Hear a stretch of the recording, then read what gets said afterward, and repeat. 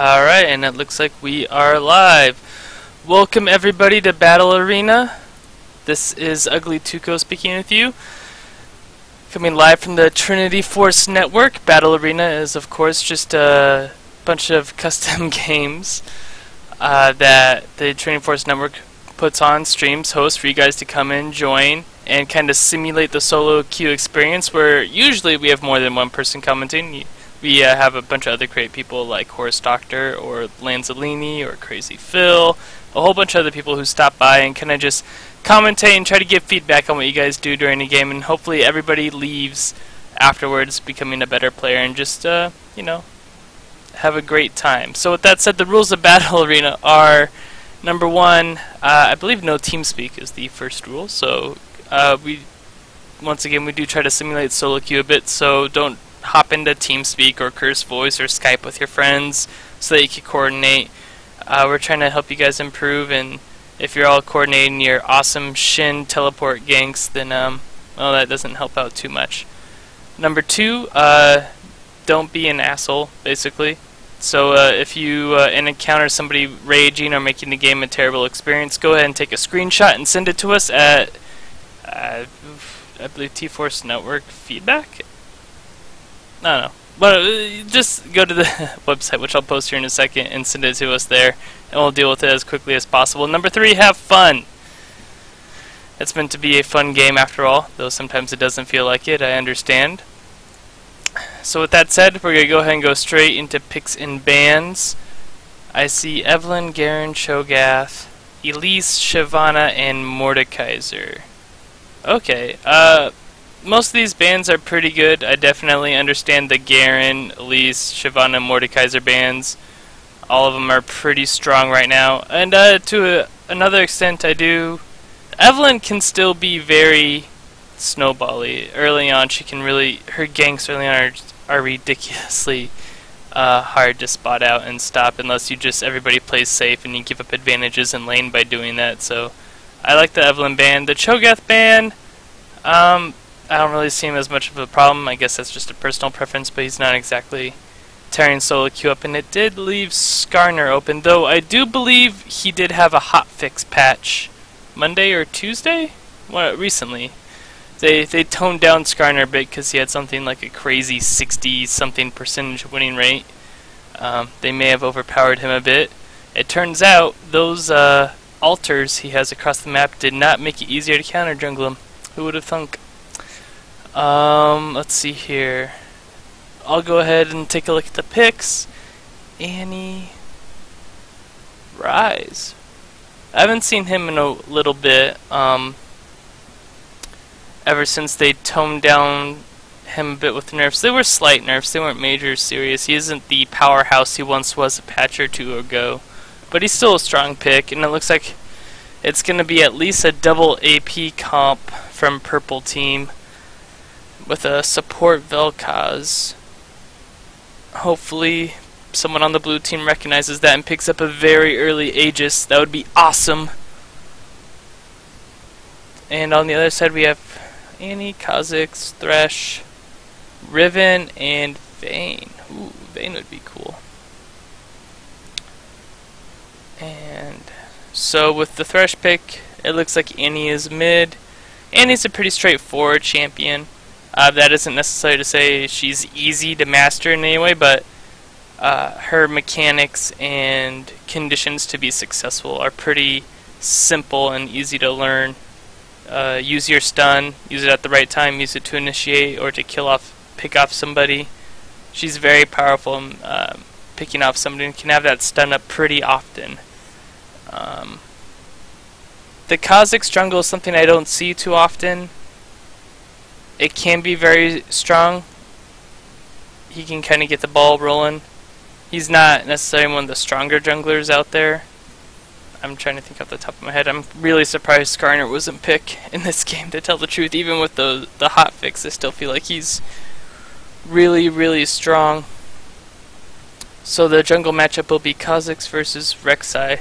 Rek'Sai is going to be able to affect the map a lot earlier than Kha'Zix. Kha'Zix kind of needs to get a little bit of He needs levels and evolutions and items before he can really become a one-stop killing machine. he and Rengar are actually very similar in that right off the bat they aren't the strongest gankers or duelists, or not necessarily duelists, but their ability to pick people off is a little weak, you know, up until level 6 or so when they decide to how they want to level up their, I guess with Kha'Zix with his evolution and Rengar with his ult, but the Rek'Sai should have a pretty big advantage early on and be able to gank early and maybe help out that Ryze up top against Riven, because Riven, she's going to have a small window here to get ahead of Ryze and keep him behind. He still has that late game powerhouse mentality that he's had throughout his entire, I guess, history of League. So I would like to see a little bit of aggression from Riven, though that kind of goes without saying. Riven is usually typically aggressive, especially early on, so she'll be looking to take advantage of top lane and keep that advantage. Rek'Sai can really help out top lane though early on. I would like to see him go top. I have a feeling Riven's going to be pushed in, and yeah. Moving on to bot lane, Vayne and Thresh matching up with Miss Fortune and Vel'Koz. That's two you don't see too often right away on purple team, Vel'Koz and Miss Fortune. If you want to go for an AP support, Vel'Koz can do okay. His poke is very annoying. If you can land his skill shots, and he did recently receive a buff in this latest patch. His Q, when it splits off, I believe it splits off a bit quicker, like once from when it reaches the end, or when you reactivate it, when it splits off, it does split off quicker, and the sideways shooting out action, I guess, of his Q, it goes further too, it travels a longer distance. So he did get some quality of life buffs, and I'll be interested to see how the range on Vel'Koz with his poke can be abused heavily in lane, and that could spell trouble for Vayne and Thresh. And if there is an all-in from Vayne and Thresh when they're up against a poke from Vel'Koz and Miss Fortune with her double up, Miss Fortune's so strong early on with her high base damages that she can almost kind of win an early all-in as well. So I'm going to give the advantage to in bot lane to the Miss Fortune and Vel'Koz, though we'll see how that goes. Thresh can outplay a lot, but it takes a lot. Even in bad situations, he can really turn them around, and his gank assist is godlike, so he can really turn around a lane really fast, but yeah, we'll see. I have to give the advantage to Miss Fortune. And I did see there's a comment left by somebody, I forget your name, but you said Ryze has no wave clear pre-6 and that he'll get pushed in easily. Yeah, that's very true. I don't know if Riven will be looking to push in the wave or kind of look to isolate and zone out Ryze from his CS. She could do either. It depends on how she hits the wave with her abilities and how she harasses Ryze. If that inadvertently pushes the wave, she's going to just have to push it hard and maybe have it reset after a bit. But as long as she doesn't let Ryze kind of freeze the wave like a couple steps outside of his turret range. If he's able to keep the lane there, if she lets him do that, she's in control of the wave management top lane. So she can't let it get stuck there, which leaves her vulnerable to an early gank, especially against a Rek'Sai. So that's something to look forward to. Top lane is your wave management, and I'll try to keep a little bit of an eye on that. There are, unfortunately, 10 people in this game and 1 person watching, so I may not be able to provide awesome analysis to everybody, but I will try my hardest. I'll quickly switch to direct to camera here so I can set up this scoreboard, make it even. It's already pretty much ready to go. I'm not inherently familiar with early Ryze builds.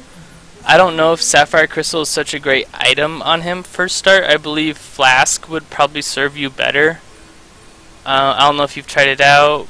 I would recommend you try it out. Trying out Sapphire Crystal, I know he scales off of mana, but it seems like the combat stats you get from that are very, very minimal.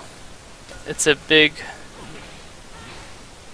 Whereas Crystalline Flask will help you stay in lane forever and kind of help you get that farm you so desperately need, especially with a Riven who can really almost poke you out early on. You only have, is that 2 health potions?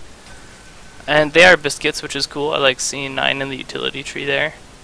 I don't know if that's going to be enough to let you stay in lane against Riven, but it all depends if she takes advantage of her early bully nature. Looking at other items, the rest all seems pretty standard. I mean, I can see Crystalline Flask on Annie too. That's fine. And the Relic Shield and Ancient Coin. I don't know about Ancient Coin on Vel'Koz. You're going to be poking a lot. I feel like you utilize the best by getting the beginning item for Frost Queen's Claim. But, I don't know, we'll find out. We'll see. We're going to go ahead and start here.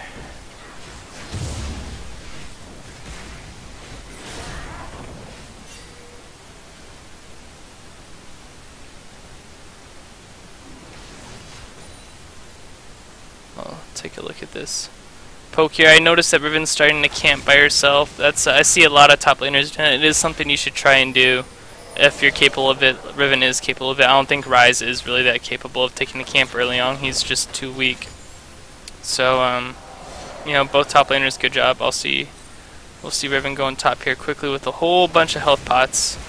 Her sustain is greatly more than Ryze's right now, and a pink ward. Interesting. We'll see how that goes.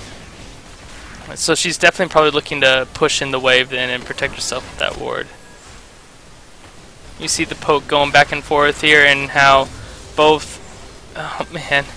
You just see the effective health between these guys. You can see red team has quite a bit more. Vel'Koz has been the one doing all the poking, and even though he took some damage, he's been able to hit both Vayne and Thresh, whereas MF's just been able to sit back and farm with ease. Ooh. Looks like we might get a gank mid. Nope. Just Kha'Zix coming by and saying hi.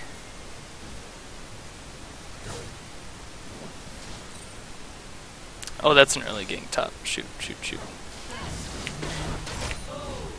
Wow. So there's... Okay. So I didn't get to see it all, but I see you still have that ward in your inventory. It's not out here, and you were just ganked by Rek'Sai. You should really expect an early gank like that when you're going to be bullying the opponent in, so... yeah, I think that was just a case of not utilizing what you'd bought. It was a good idea to buy it, but it's not going to help if you don't use it. So with that said, we'll go back to mid lane and back to bot lane.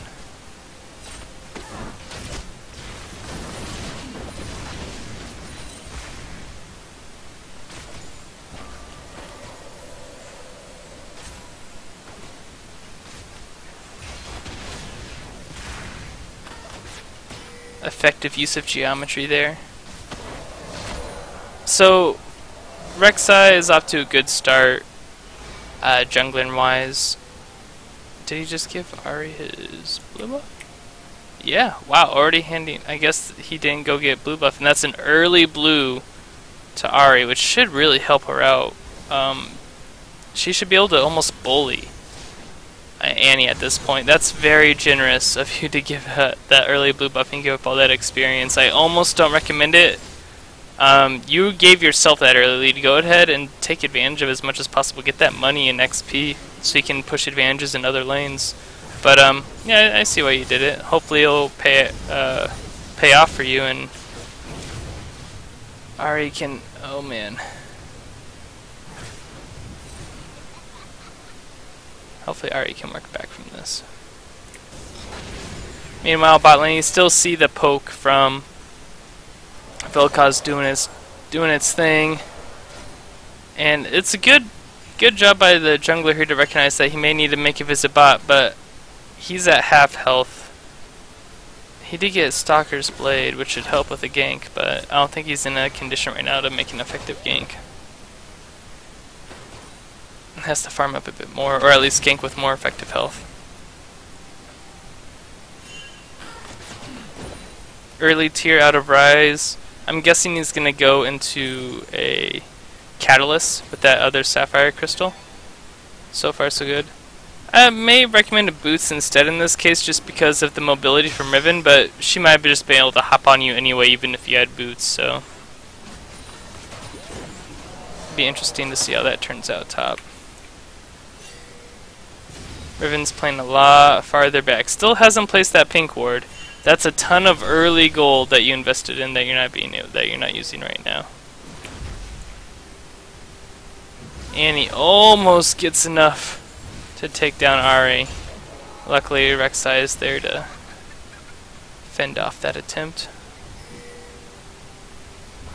Looks like, whoa! Nice job by Kha'Zix there. Both junglers taking out the enemy mid laner.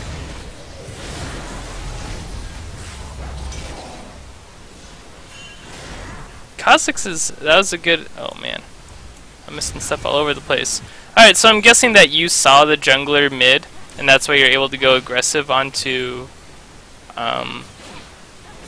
Rise. And one thing I'd like to suggest for Rise is even though you got that early kill on, Riven's still going to be able to kill you 1v1 for a little bit longer now. You should really be focusing on farming and trying to manage the wave at this point. I feel like you can really affect where the wave ends up, and you are pushed up a bit. If you're pushed up in this area right here, try to either push as hard as possible so it resets to the middle of the lane, or just back off and try to do something else across the map. Whoa. Alright, so it looks like Rek'Sai was trying to do some invading and he got caught out. I don't see too many wards around. That one was just placed. I'm curious as to how blue team saw and was able to react. They reacted very quickly. But one thing I would like to say, I didn't see what happened, but in terms of advice for invading, if you're a jungle, one thing you should really pay attention to is the priority of your lanes, especially mid and bot. If you're going to be invading, whoa, if you're going to be invading the bot area of the jungle. Nice charm by Ahri. Looks like she's going to go for the kill here. Oh, took one too many tower shots there to go in for the finish. But if you're going to be invading, look at the priority of your laners. So look to see if your Ahri is pushed up against this Annie, or if your bot lane's in a good position to help if things go south. And that's one thing you should always look when you're invading. Always try to keep in mind that as a jungler. Okay, looks like this wave's going to reset on this top tower.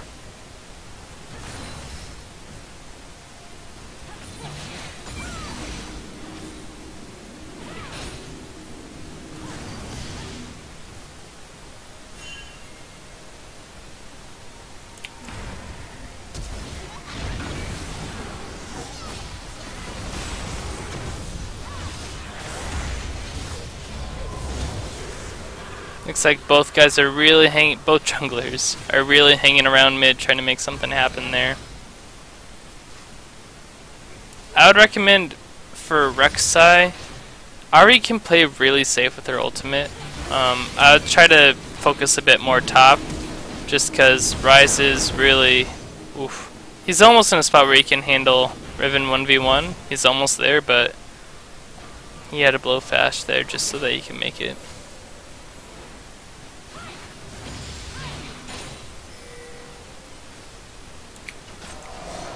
Meanwhile, bot lane, the CS discrepancy between the two isn't too bad, and the CS actually isn't terrible.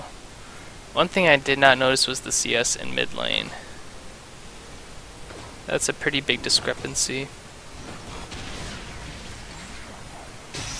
There's that hook, the all-in. Miss Fortune has a really good all-in. And it looks like she's going to come out ahead on this if she can just... Oh, she's going to flash and tumble away, but meet up with the enemy jungler. Yep.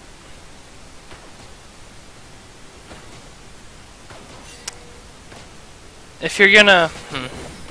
Yeah, if you're going to go all in and get that pick onto Vel'Koz, it needs to happen very quickly so that MF isn't just sitting there hitting you over and over with her double ups and her impure shots.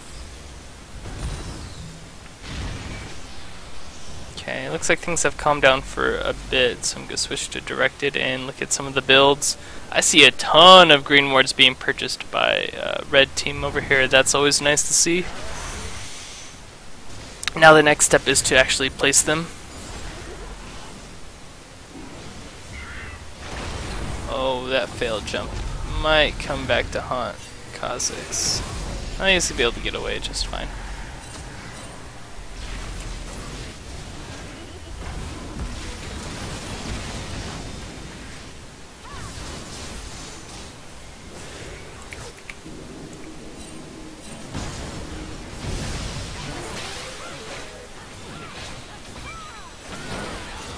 Yep.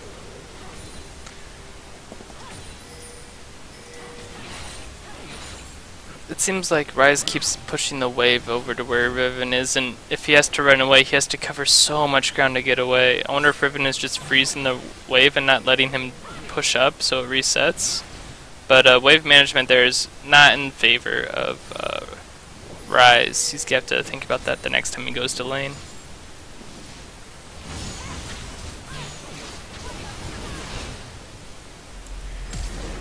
Whoa, that flash Tibbers. Whoa. Maybe utilize that the next time you see Riven kind of get closer.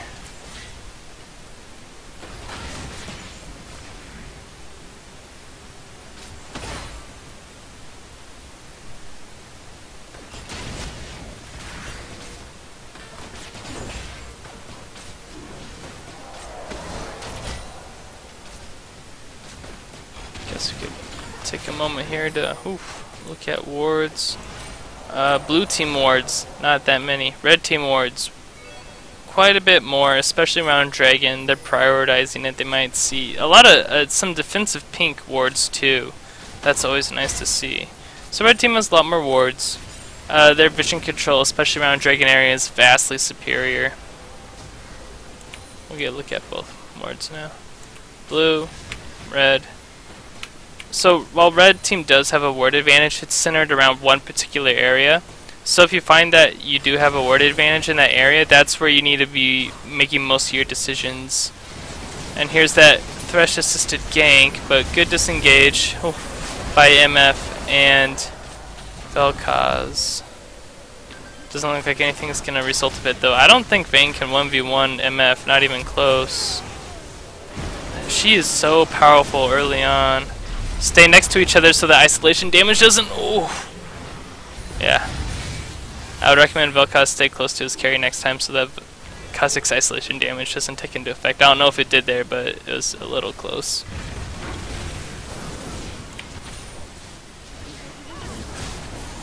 So like I said, looks like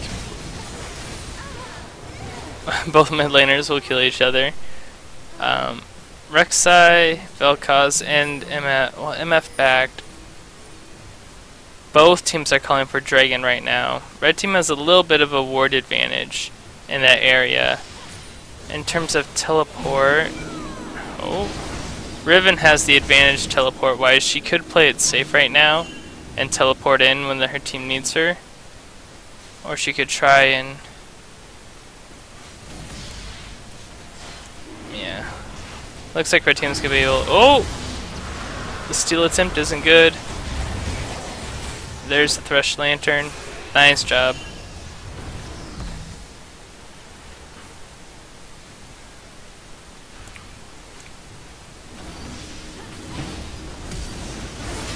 That was an interesting move by Ryze. Very aggressive. You're nowhere near to close to having the burst needed with your items to kill Riven under tower with a ton of minions. So, yeah. At this point, I'd be just... there we go. We got the Rod of Ages completed. Now it's going to be another like 5-10 minutes before you can really start effectively taking her on 1v1, I feel like, or even think about diving her under turret. Looks like we have some action happening in mid lane. Ulti blown by Ahri. She got the safety though, so it's not like a blown ultimate. I don't have an issue with people using ultimates to get away. The cooldown is relatively low, especially when compared to Flash. She has to be very careful now in lane though, and respect that stun Tibbers from Annie. She really has to respect that because she has no flash, and no way to get away if Annie decides to engage on her. In the meantime, Annie should be thinking about going in, especially when her flash comes up here. It's looking like it's going to be a little bit longer to come up, but it's getting close, and she knows that both of Ahri's escapes. Oh, no, she's good. Just go ahead and kill her. Yep. I don't think Ahri really respected the all-in potential there from Annie. Nice teleport bot, if that was a teleport bot. I think it was. Nope, she just walked down bot. Wow.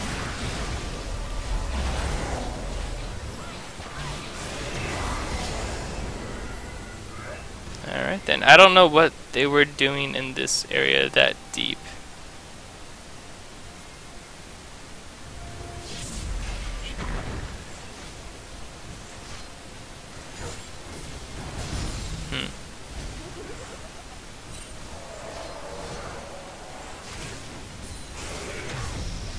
I'm trying to think what the teams need to start focusing on here. It's like the 17-minute mark. The laning phase is starting to come to a close. One turret down for blue team. Whoa. Jeez. Now Ryze is starting to get powerful. Looks like red teams get forced down mid here.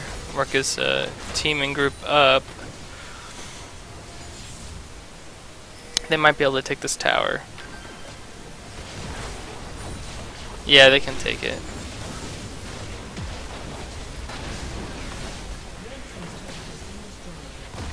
They traded mid for bot, which is fine. They had already taken bot tower. The next lane that can really be affected, I feel, is top lane for both teams. If somebody from either team decides to roam up there, whether it be the jungler or mid laner. Dragon's not up for another 2 minutes. So if they make a move, they need to make a move there now and then start worrying about Dragon. So yeah, Ahri's coming up. She's going to try to make something happen here. She has ulti. Oh. There he goes. Nice. Oh. Nice roam. There we go. Perfect. So that lane's affected. They could take all this real quickly, push it hard. Especially, they know Rek'Sai is there to back them up if they get to... They can stay here and take this turret if they want, and then right after they take this turret, they can make an easy transition down to Dragon. There's a lot of them up top now, though. You've already accomplished what you wanted to accomplish top, so... Okay, she's gonna back. He wants to... Is there blue up? It's been stolen. Okay. So now Ahri and Ryze are going back. There's a minute left till Drag. I feel like they should be running towards Drag right now after they've backed. Nice hook.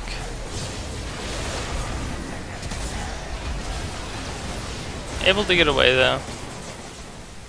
It might make him a bit late to contest Dragon if he's thinking about doing that.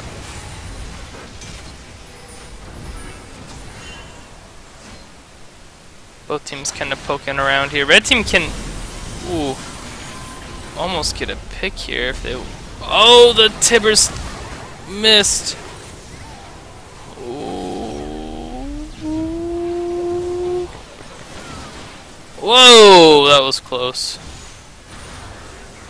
But it looks like red team's gonna come out mostly ahead for that. They can transition to Drake here in 8 seconds, or try not to die here as well. Both valid options.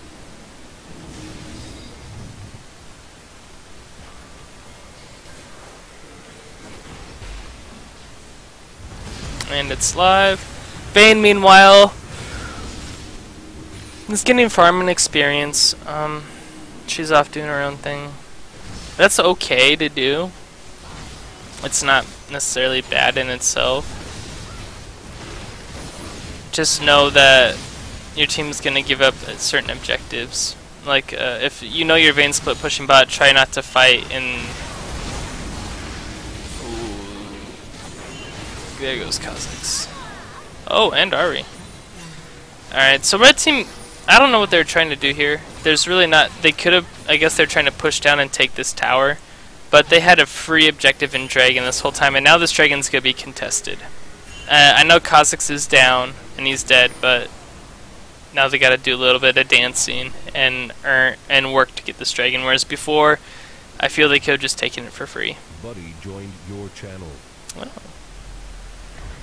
Who? Some help casting this. Oh, hey, Fram Power, how's it going? All right. Yeah, we're in the middle of the game. Do you are you spectating right now? 21-15. Yep. All right. Cool. Good to go then. All right. Good. I'm glad we got somebody else in here. All right. Is there anything you wanted to commentate on? Any items you've noticed or anything like that? I just started watching, so. All right. Cool. Anything right now. All right. So it looks like blue team's gonna group, and instead of they saw that dragon wasn't gonna necessarily be taken easily, and they move and almost take mid tower. Now we're just gonna start this weird dragon dance. Blue team might want to back off a bit and let Kha'Zix heal. They definitely should not look for a fight right now with Vayne heading bot to farm. They need to recognize that. Is Trinity Force what Miss Fortunes have been going lately? I don't know. Not necessarily. It's viable if you're really far ahead, and she kind of is. But into Black Cleaver, I don't agree with. Well, you also have to look at it, not just the fact that she's ahead. She's also playing Miss Fortune into a Vayne, so I don't know that it would be great if it's just like a snowball item. It is a good snowballing item, but you don't continue on that snowball with a Black Cleaver. Yeah. It's a good charm. Good Yeah. follow-up on charm. Yeah, blue team's been fighting without Vayne for a really long time. I thought she would have started walking up when they first started breaking that fight out, and I know she's getting a lot of farming experience down there, which is good, but she needed to respond to that fight a lot earlier. That fight broke out a long time ago, and she stayed bot a really long time. It wasn't necessarily like, oh, you guys knew I was bot and you died within 5 seconds. You knew I wasn't there. That was a very long, drawn-out fight that needed to be responded to. Yeah, it's like if you're behind, it's fine to go and try to freeze and farm. But if you see a fight that's close to you that you can come up and start attacking them, the worst case scenario, like if your team wins the fight, then you just get a couple assists, which is a lot of gold for you if you're behind. Yeah, she's been able to work her way back and get a CS advantage over Miss Fortune, which is nice to see. So it has been working out. It's just that one instance, that was like a 30-second long, like drawn out smackdown, and if you see that going on, just go ahead and start walking up right away. Don't just assume that your team will successfully disengage and say, oh look, we're gonna keep delaying them for you to keep farming. But with Dragon gone, let's see here, I'm trying to think which objectives that either team should be focusing right now. I want to look at their vision. Blue team again is a little lacking in the vision department. They have 2 wards down. Red team has quite a little bit more. They have some defensive pinks, and it looks like the top blue side jungle they have warded up. So not really effective vision that they have right now. Alright, right there with Riven sitting up top. I mean, you got the tower, but you got collapsed on because you had no vision and you were way pushed up past where your team was. So your team couldn't offer a similar pressure mid lane because it's just Thresh there. And it looks like now Thresh is going to be way too far pushed forward by itself, taking the tower. Blue team really could have gone into... Okay, I guess they did take mid tower. That would have been a lot safer. They could have reacted more together as a team to take they that. They should have done it as a team. They got it. I don't know if he should be looking for that fight. Here's Vayne, but... that was not a fight I don't think Kha'Zix should have been looking for. They definitely don't really have vision over there. Oh well.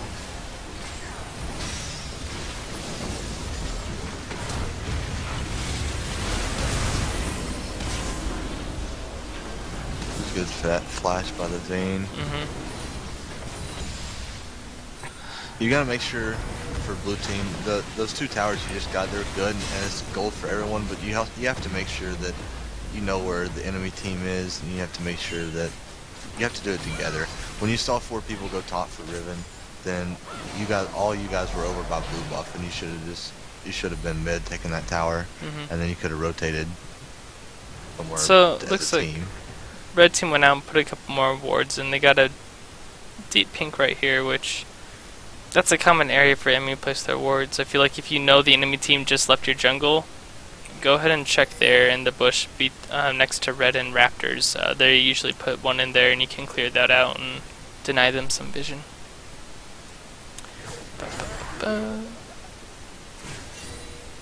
Blue team kind of just gonna farm up a bit. Riven is split pushing.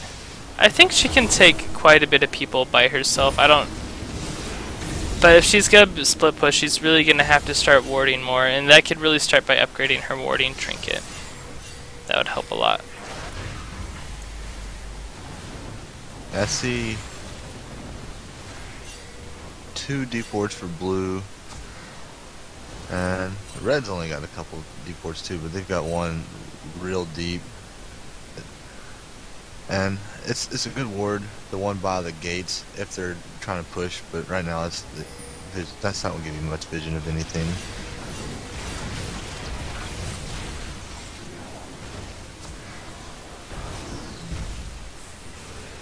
I think blue right here needs to just, like, looks like Thresh is trying to make a pick, which would be good if they could get one pick, but since red's been roaming, they need to once again recognize that Vayne is farming that bot, which, like I said earlier, isn't necessarily a bad thing by itself.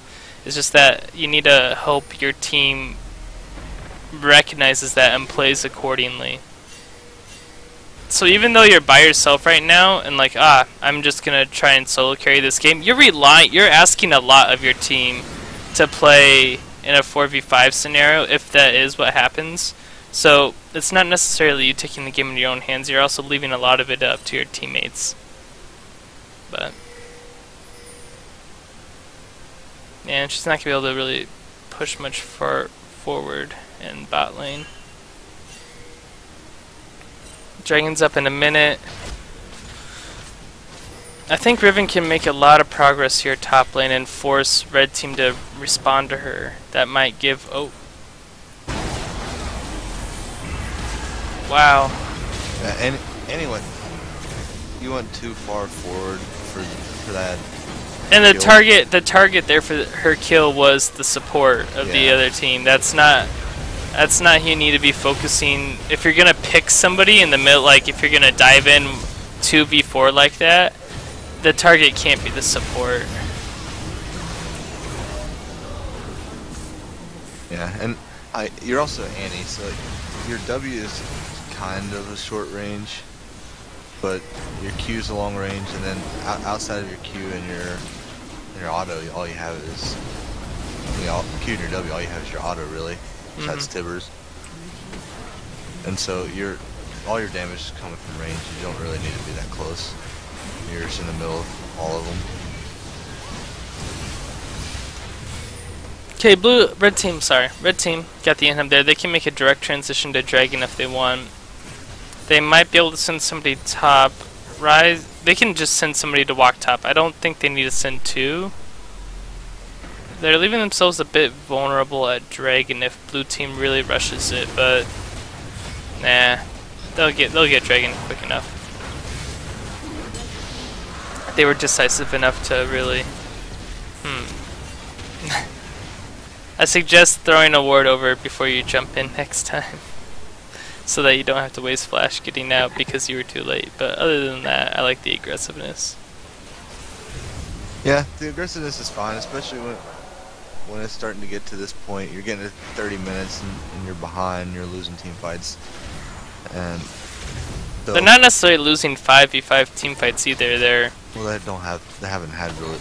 No, they're split up and they're split up, and their composition is a little bit around dueling and making picks with like that because they have Annie, Kha'Zix, Thresh, Vayne. Those are all people that really succeed in 1v1 or like small skirmishes.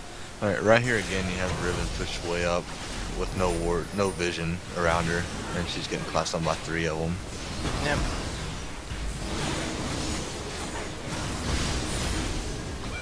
A small tip for Thresh, I do like your lantern was really good. Try to throw out where the person's running next time so that if they do choose to click it, they don't have to walk back into the enemy team to get it.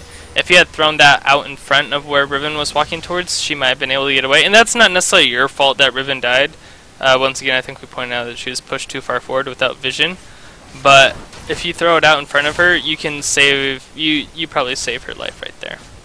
Yeah, you just have to see where they're running and throw it out there, because it, like you were saying, if they're on their way there and they say, oh look, a lantern right in front of me, then click it. But if you throw it behind them, then most of the time it's too dangerous for them to.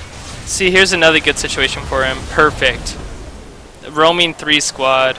They're sticking together, trying to make picks. I kind of like what they're doing here. Yeah, and that's what their team needs to do. They're, especially since Red Team's been. Like, Red Team can easily just group up and force down an objective right now, I feel like. Yeah, they were grouped a lot whenever I started watching this game, and they've got away from that a little bit. And they have. Blue Team's starting to make some plays on it.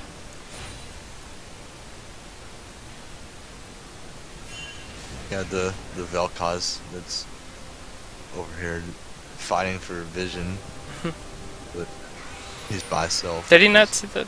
Yeah, he saw the pink. All right.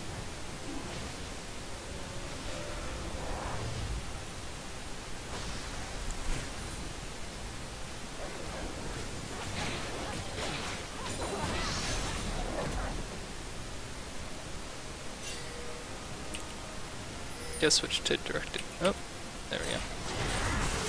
I'm gonna look at items real quick while there's a small lull in the action.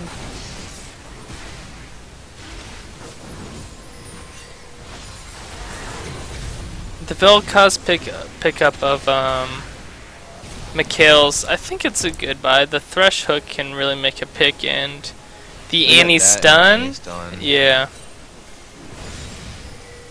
So that's a good pickup. I think if MF went like Infinity Edge or Bloodthirster instead of Black Cleaver, she'd be doing a lot more damage.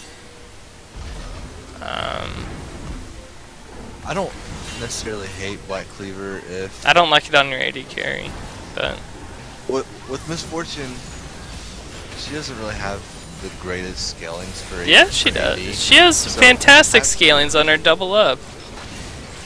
I don't know. It's and she's gonna be autoing most of the time. I think that, you know, the synergy with her ult, like, oh, I'm gonna throw down all those. You're gonna shred their armor, I guess, but you're gonna be so much more effective. Stay safe while she's casting the ult, because she's still immobile. Yeah. The whole thing.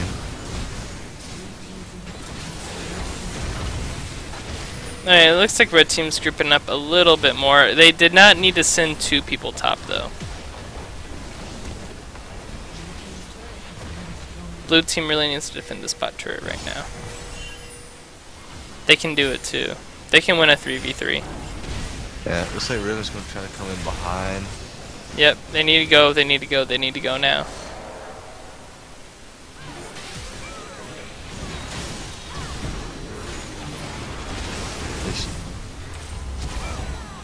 They didn't react fast enough to that. No. And now they need to kind of come back and help out Annie. They need to stop chasing Riven. Oof. Oh man. Stay too long.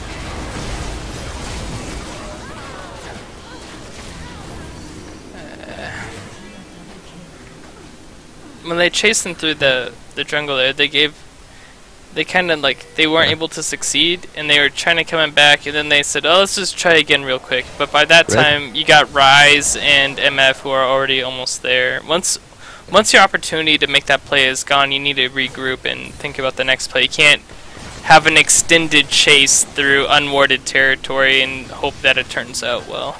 Because there are no blue wards anywhere in this area. Right there after they got those 3 killed, I would have liked to see them like immediately pressure this inhibitor. Yeah. I mean, they're still gonna get it, but they could have gotten it and pushed up bottom or sent someone to push up top.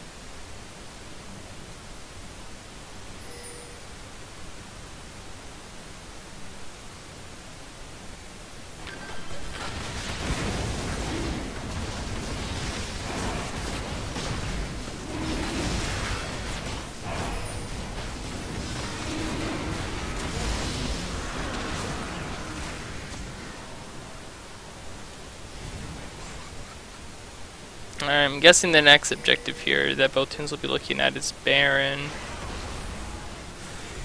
I like to see both teams start to ward it up a bit here. I'm not a huge fan of the Spectre Cal buy on Vel'Koz. Yeah, if you're gonna build a magic resist item as support and your jungler hasn't built it yet, Aegis would be a lot more effective. Yeah, with Spectre Cal, it's kind of a selfish item. It is, it's a selfish item.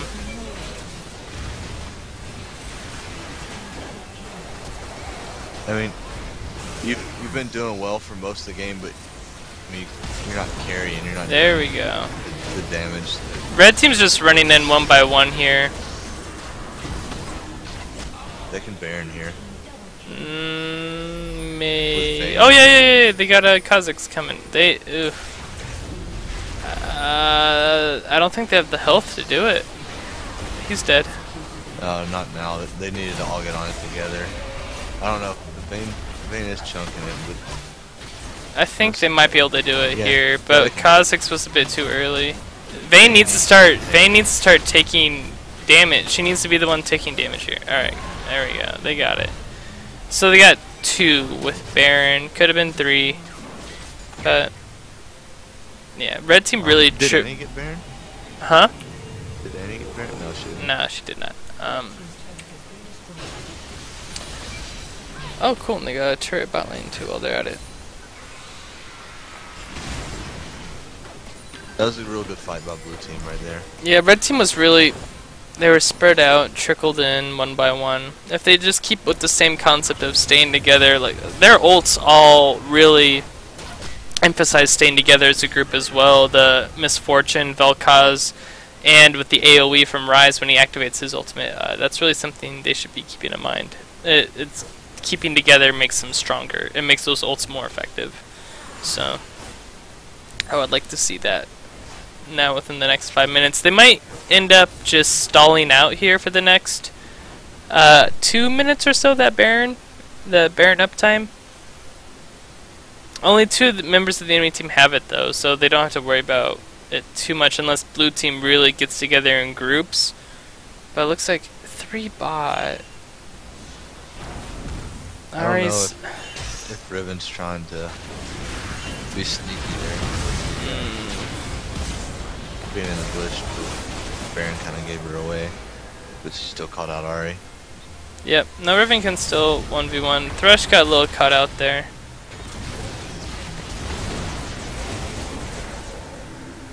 They can fight. They can fight. They can fight. Yeah. There we go. Blue team just needs to hold them here at the very least. And Yeah, they got it. They got it. going. Riven can take inhib. Whoa. He got out of there, huh? Wow, what a crazy ult by Rek'Sai. Are you kidding me? Riven can kill Rek'Sai though. He's too tanky as under tower. Yeah.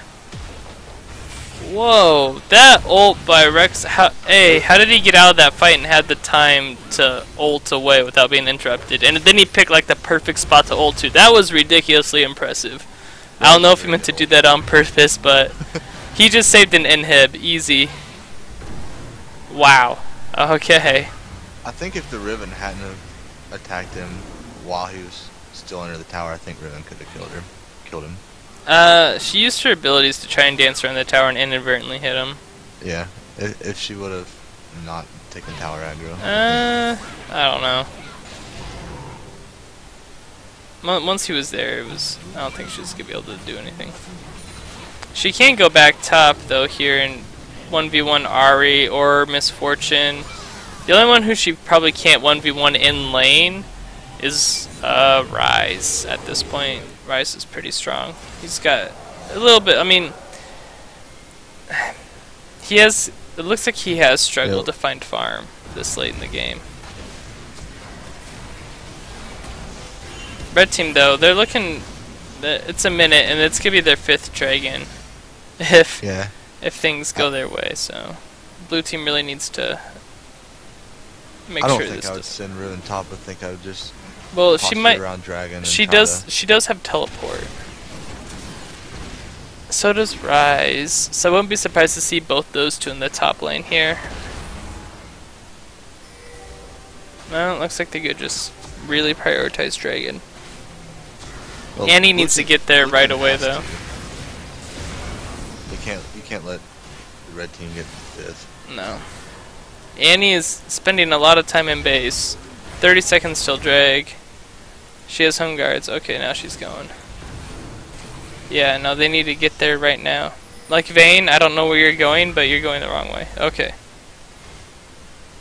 Here you go. They can let the enemy team start it, but once it's started, they gotta go in. You need to try to get that Banshee's Bell off of Vel'Koz. Yeah. He's really squishy, and if you can just somehow pop that Okay, guys. before the fight starts, then he'll be out of the fight. Alright, here it goes. They're taking it so fast. Blue team's so indecisive. Yeah, that's good. Good drag.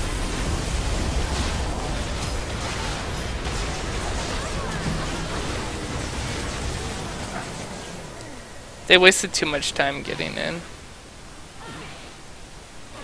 Yeah, there's really no point in posturing around Dragon if you're not gonna fight Yeah. for the 5th.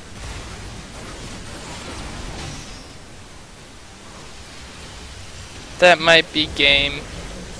Blue team was starting to turn it around a bit there, too. I don't think Yeah. Riven can take on Not 3. with this Dragon, No. especially. But She can kill Vel'Koz by himself. I don't understand why Vel'Koz is all alone, though. I don't know what MF and Rek'Sai are doing.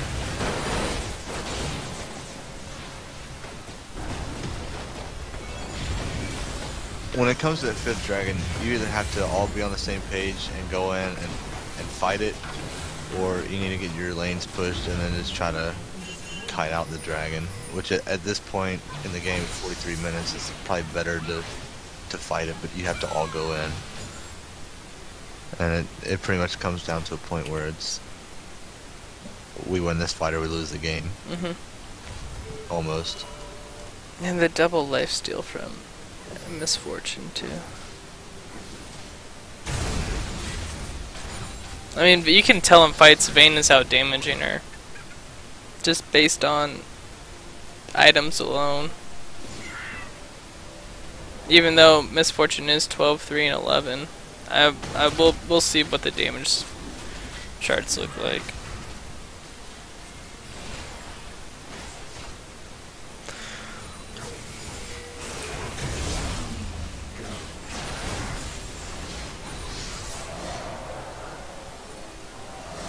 Baron's up in 10. Their lanes are pushed out as far as they can go. Basically, blue team just needs to kind of... They have a chance here to dance around Baron and prevent it from being taken. Oh, man. Oh, man, guys. Blue team, where are you at?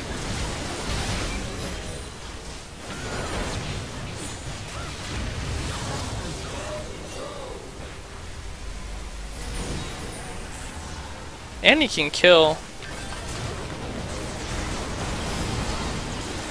Yep.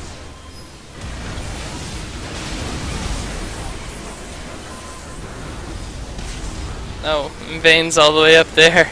How did that happen? Oh, man.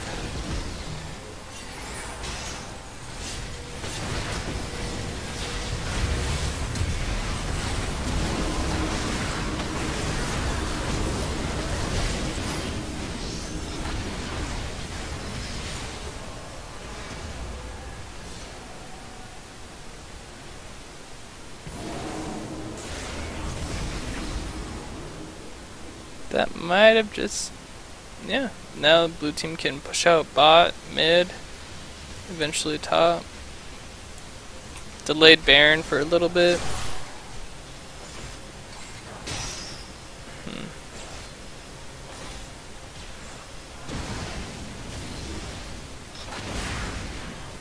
I wonder if red team should just group and go straight for Baron and actually stay together.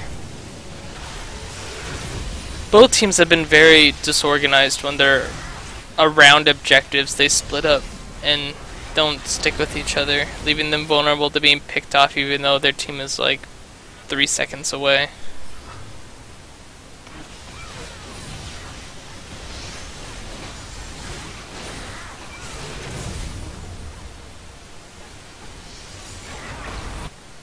Yeah, if red team would have went straight to Baron when they spawned, which they can still do it.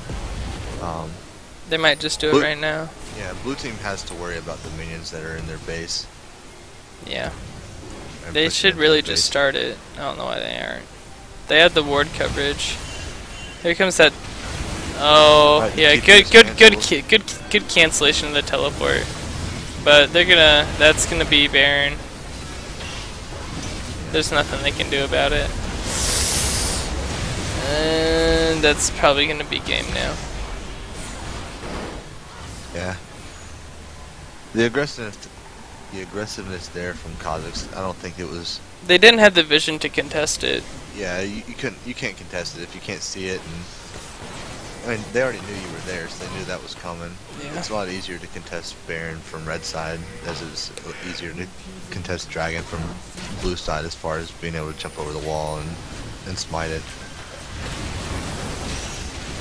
Looks like red team will just Yeah. group and close out the game here. That's It was a gonna be close game. man. Blue team almost came back after falling behind early on.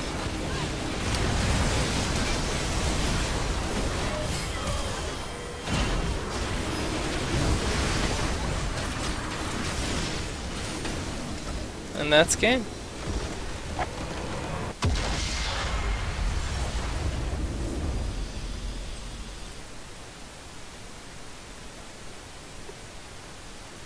Alright. Oh, hello. Twitch chat. Can't wait for the YouTube upload. Alright.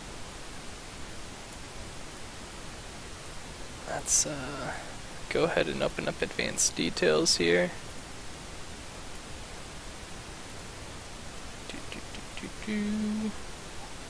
Alright. I'm gonna just go. Yeah, that gold graph, look at that. I think it was close in the end. Blue team worked their way back. They started making those essential picks, like, what? Weird. Yeah, especially right around the 39 minutes, right? 39 Yeah, and a yeah. half. They actually got ahead for a little bit when they were starting to roam together, and red team stopped roaming Mm-hmm. as a group. Alright, I'm gonna take a look at the wards real quick. We'll start off with that. Wards placed. 27 for Annie, 42 for Thresh. That was pretty good. With 18 wards destroyed.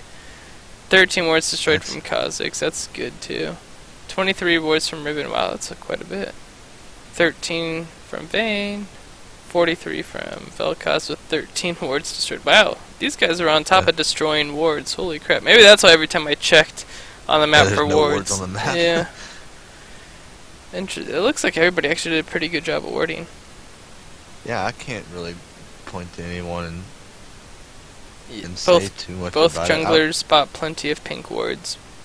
I would have Yeah. liked to see a few more pink wards bought from Vel'Koz, and the reason I say that is, as a support myself, every time I back, I make sure I have 2 pink wards in my inventory. So sometimes my graph will show one more pink ward than I actually put down, because I'll end the game with a pink ward. Mm-hmm. But just having 2 in your inventory at all times allows you to move it around and always have one for, like, if you know Kha'Zix is coming in stealth, you can drop one, or Yeah. if you think he is, you can drop one, and it keeps you safe, especially if you're in a side, going to a side lane with Misfortune or something, and they have a stealth champion, and especially going against the Vayne. Anytime that the Vayne ults, you can just drop the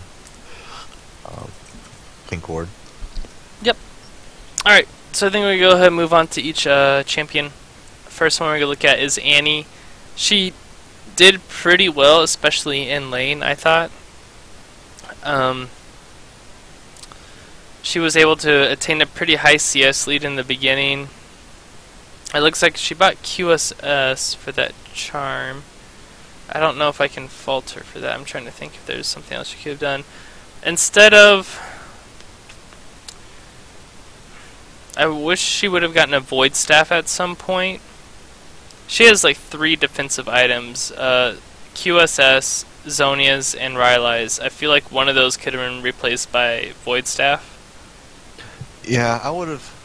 Now, I understand the reason for QSS, and against that team with the Rise Snare and the Ari Charm, I can see the reason that you would think to want to build it, but it doesn't build into anything for you.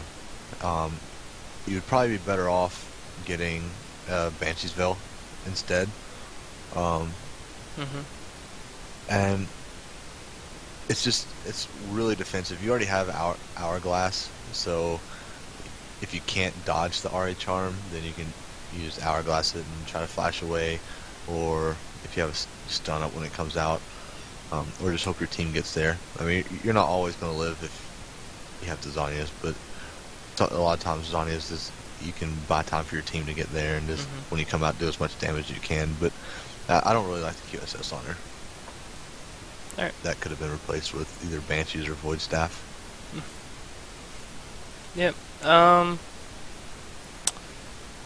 would have liked to seen a bit more roaming during the laning phase. I mean, I probably missed it if you did, so apologies if I did. But there was one point where Ari did roam up top and make a play, and then they were able to take that advantage and roll it down to...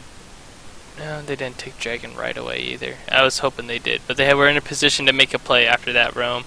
Annie's pretty good at roaming. Her constant having to stun up is really good to go down to bot lane and get a double kill, and then transition that straight to Dragon if you so wish. So I suggest you have pretty good lane dominance. If you're doing that, but you feel like you can't get a lot of kills out of that lane dominance, or you're not really like shutting her down as hard as you would like, go ahead and see if you can just transition that power down to another lane and get one of your fellow champions ahead. But other than that, you played really well. I thought you had some pretty good ults.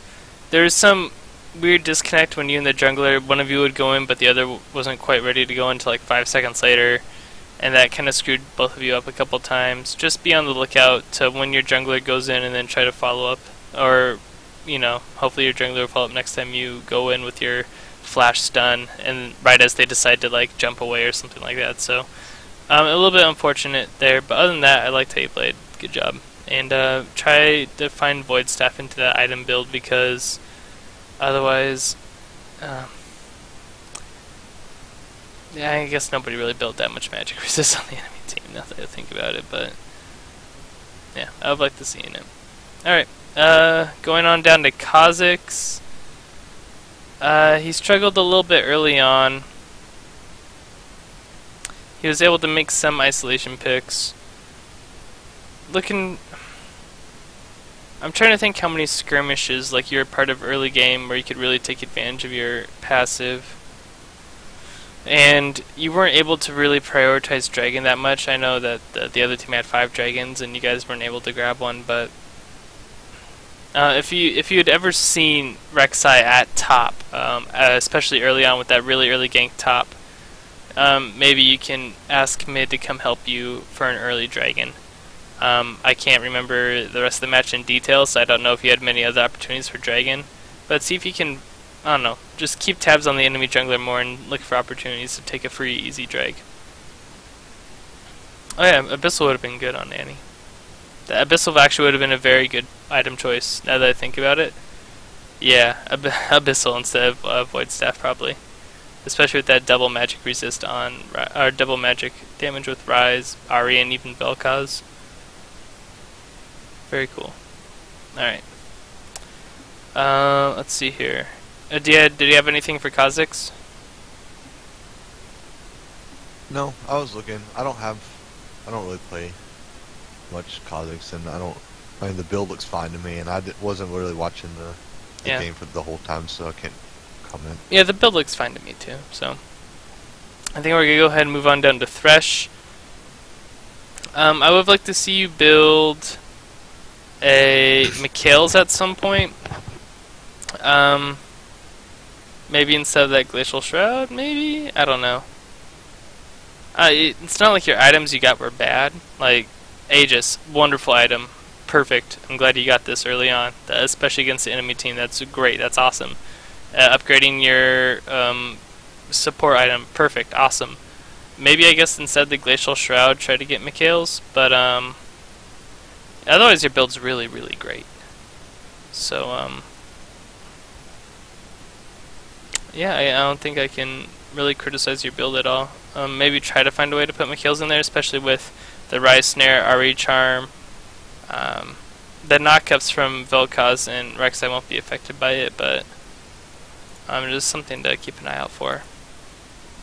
Yeah, and you were right about replacing the Glacial Shroud, because it's either going to build into Frozen Heart, which none of them are really attack speed carries. Miss Fortune, I'm not sure when she built that Bork, but it was late. So she didn't really have much attack speed for most of the game as I was watching, and she would be the only person that you really have to worry about slowing her attack speed. Or it's going to build into Zeke's, which generally you would want to build earlier in the game. Yeah. So I would probably replace that with the Mikhail's. Yeah. Yeah, I don't know if I would have. I don't know about Zeke's either, to tell the truth. I know somebody. Right, I don't know if that would have been good on Thresh in that scenario. So. No, I wouldn't have built it, but I'm just saying if you were going to build it, it's usually a lot earlier of an item than building it late. It is. Alright, gonna move on to Riven. Let's see here. You were kind of screwed over by that early gank by Rek'Sai. You were able to 1v1 Rise for the most part, or anytime you decide to go in on him. He had the wave management, I think you were actually able to do that okay. Because it seemed like every time that you and Rise were fighting, it was closer to your tower. And if he had to run, he had to run a long ways away. So I think overall you were able to... God, I hate this stream. Why, Stalker? Why? I would, yeah, so you're in position to take advantage of... You basically were able to decide when to go in. Yeah, you froze him. Yeah. So that was really good on your part. You can see it in the difference in CS. Why can't I have quality options? I agree. Talk to Twitch about it. They won't let us be partners. Yeah, your teleports were okay. I would have liked to see one or two more aggressive teleports early on to help bot lane. Try to lick bot lane for, an easy double kill. Especially because Vel'Koz and Miss Fortune were pushed up quite a bit in the early game. So that's something to look at. Otherwise, I thought you played pretty well. We saw you get picked off top a couple times, and even though you did place a lot of wards, there were times when you were pushed up and you were picked off. So, yeah, just something to keep in mind. Keep tabs on where your team is and try to know where the enemy team is before you start pushing top. Why not build Bork on Riven? She doesn't take advantage of the attack speed in any meaningful way. Ravenous Hydra... Well, I was going to say Ravenous Hydra is a lot better because not only does it give you attack damage and lifesteal, but also gives you an auto attack reset to help you kind of dance in your auto cancels. Yeah. That's what it is. Your auto cancels, so you can increase the damage in a short amount of time. Yeah. So yeah. I will say I've been pretty impressed with Endiversity, being as he's a lower level and it's his first account, and he's came in these battle arenas and he's gotten better since I've been watching him. I would say that building his upgrading his trinket at 31 minutes is a little late, and I would try to get that closer to when you get level 9. I know it's not always possible exactly at 9, but should have been sooner than 31 minutes.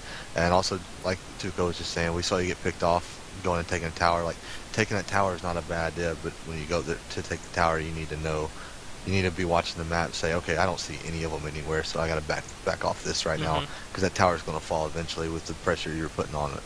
Yeah. Okay, I'm going to move on to Vayne. You were able to keep up in CS and experience very well throughout the entire match. and that was a good thing. Like, when you went and were split pushing bot, you weren't exactly split pushing, you were going to get the farm and push the wave back out. And you were able to do that well, like 90% of the time. And your team kind of got cut out once, which really, you weren't able there to help him, so that's not a big deal. But there was another time where a fight broke out in your jungle, and it lasted like for 30 seconds, and you didn't show up until the very end of that 30 seconds, even though you were bot lane. Like, I didn't have a problem with the other times you were out pushing. That's fine. That was good. You needed that money and gold to get back into the game and become the power. You were really a strong late game. I feel like you were more of a threat in team fights than the enemy's misfortune. And you were that because of the amount of CS you were able to get back in the game and become that threat. But I would like just to see a bit more positioning team fight wise and reacting a bit better. Like, it seemed like a lot of the team fights were disjointed, and people would run in groups of 3, and then 2 people would show up later, and then another group of 2 would show up later.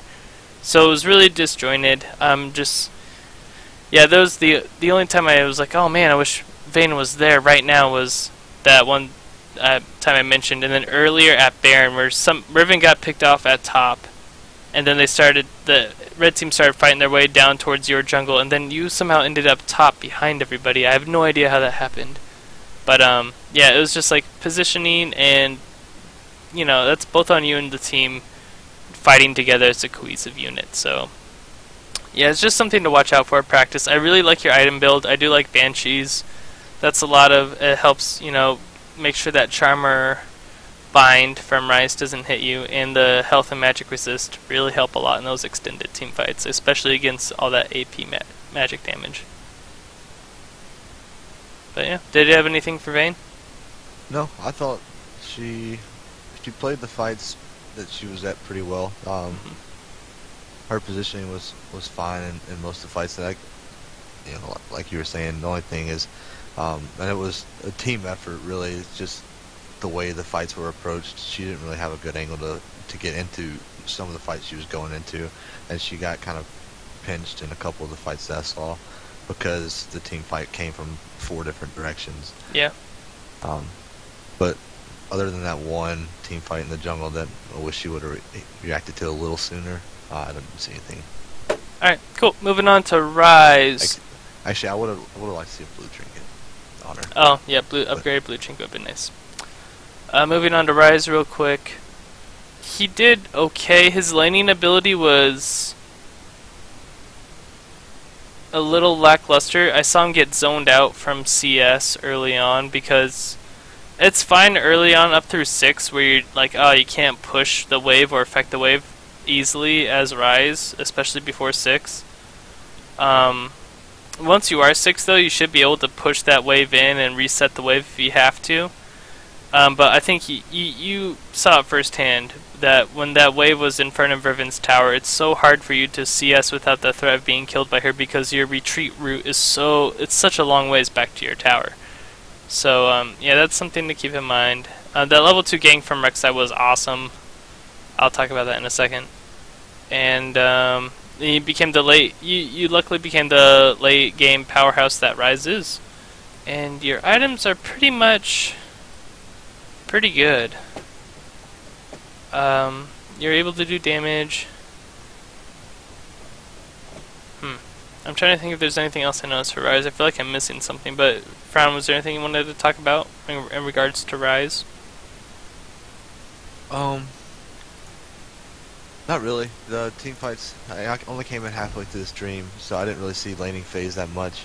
I know Ryze does have a rough laning phase against some people, and I'm pretty sure Riven's a rough laning phase for him.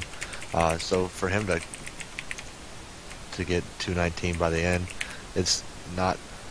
I won't hold that against him, because he's not really a split pusher. He wants to be with his team, so he's probably losing CS to RA wave clear.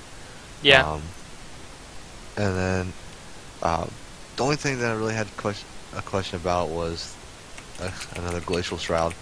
But it might be my understanding of Ryze, because I haven't really paid attention since all of his rework. But doesn't he get like 30% cooldown from his ult or something? He gets a lot of cooldown reduction. Yeah. I think that would, like, if you're going Frozen Heart, which is what he used to build, that puts you over the CDR cap, so you have wasted stats there. But that's really the only thing that I can see. Yeah. It was a pretty good late game. He was doing really well, but the laning phase needs some work.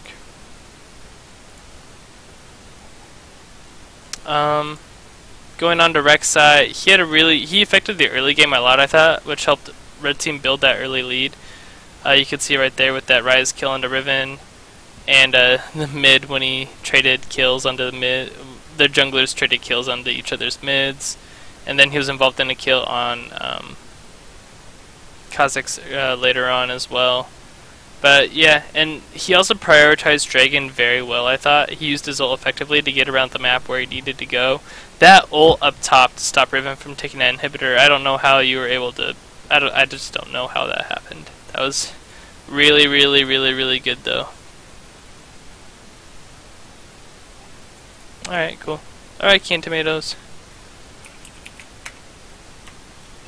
Yeah, I said I couldn't really see the early game pressure, so I mean, looking at as a jungler, that's what a lot of your game is setting up early game.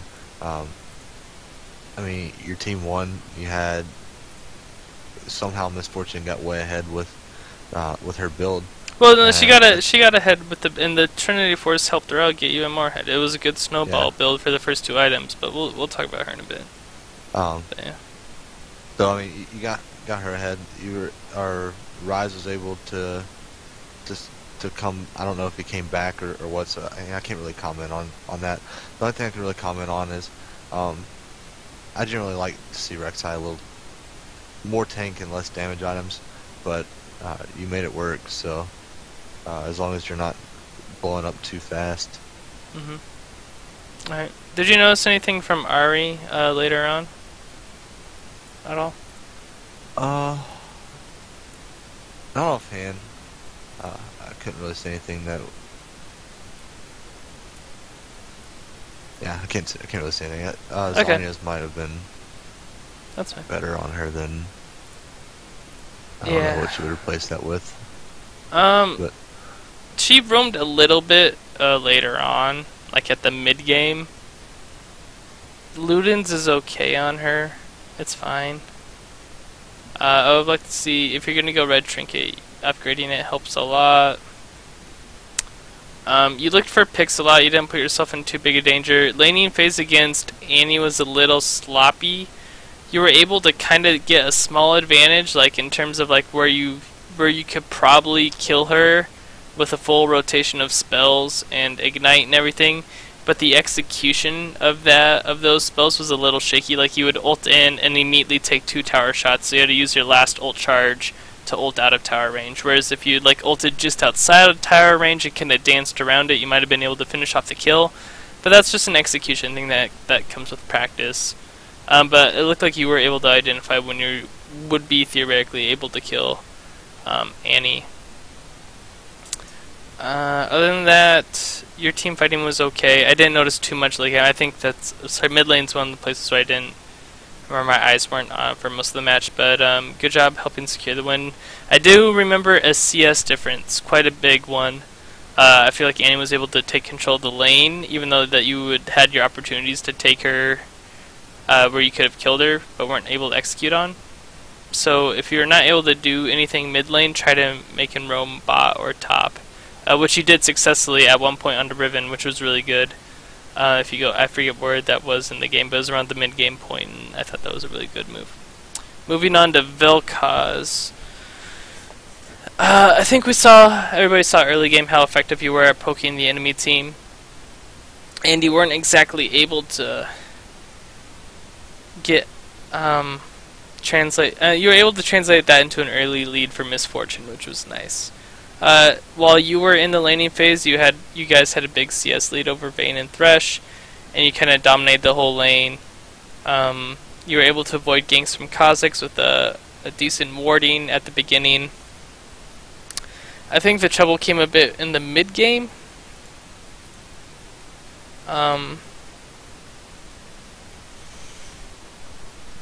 You were caught out once or twice by a Thresh hook. That happens a lot of support when you're out trying to get that ward on Baron when it's vital. But other than that, I can't think of too much. Did you notice anything with Vel'Koz? Um, just a couple times that I saw him out trying to fight by himself and ward by himself when his team's way away. As a support, you just have to. I mean, you have to go on solo missions to ward sometimes, but you also have to know where your team is. And if you're fighting one person, try to put a ward down, then the enemy team probably has people coming to you because you're just a support and you're an easy kill. Yeah. So, I don't really like seeing that, and I don't like the Banshesville. Yeah, no, instead of Banshesville, get Aegis. It'll help your team out a lot more.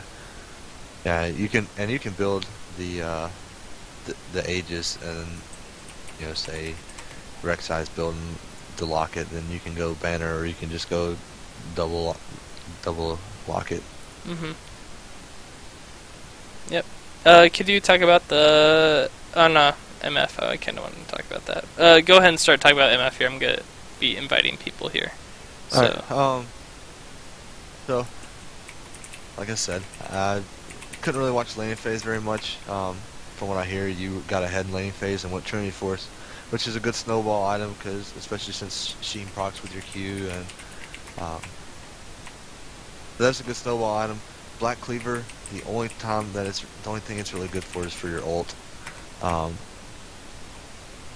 You went double lifesteal. I would have liked to see Infinity Edge, so something more like you could have went Trinity Force, Bloodthirster, Infinity Edge, Trinity Force, Infinity Edge would probably be your better 1-2, and then